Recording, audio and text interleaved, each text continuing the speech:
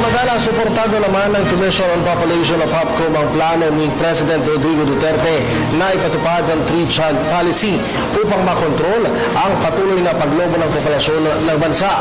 Ayon sa POPCOM, malaking tulong ang suporta ng Pangulo sa pag-iral ng responsible parenthood sa Pilipinas na makakatulong upang mas mapaunlad pang ang pamumuhay ng bawat pamilyang Pilipino.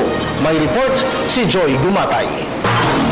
Mula 93 milyon noong 2010, pumatak na sa mahigit kumulang 102 milyon ang populasyon ng Pilipinas ngayong 2016. Ito ay ayon sa pinakahuling pag-aaral ay sinagawa ng Commission on Population o POPCOM. Bagamat bumagal ng kaunti ang ating growth rate kumpara noong 2010, kwento ni NCR Regional Director Lolito Tacardon ng POPCOM, hindi pa rin may kakailang nakakaalarma na nga ang bilang ng ating populasyon sa kasalukuyan. Average ng mga bilang ng anak, ng pinapanganak ng mga kababaihan sa kanilang reproductive years.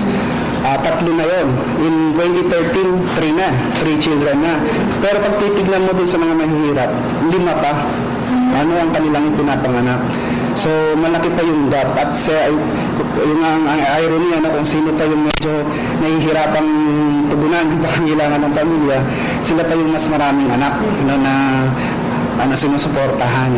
Kaya naman lubos na ikinatuwa ng POPCOM ng malamang advokasya ni Pangulong Duterte ang mahigpit na pagpapatupad ng epektibong family planning, partikular na sa mga mahihirap na pamilyang Pilipino. Ito ay matapos ibahagi ng bagong presidente sa publiko na nais niyang ipatupad ang three-child policy sa Pilipinas. And I think talagang seryoso ang ating presidente na i-promote itong advokasya na ito. POPCOM will be a part of that, lalo na sa demand generation. Sa ngayon talagang kulang na kulang kasi.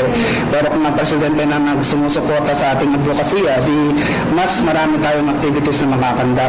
Naniniwala naman ang POPCOM na malaking tulong ang suporta ni Pangulong Duterte sa pagpapalaganap ng responsible parenthood tungo sa pagkontrol sa ating populasyon. Ngunit dahil katoliko at demokratikong bansa ang Pilipinas, may posibilidad na maaaring idaan sa kompromiso ang pagsabatas ng polisiyang ito. The Catholic Church, ang interpretation nila ng Biblia in relation to that issue is that go forth and multiply.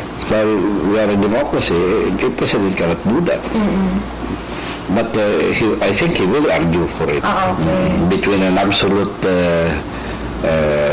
ban or limit, talagang magkaroon ka ng policy limiting, and also yung wala talaga, yung go forth and multiply.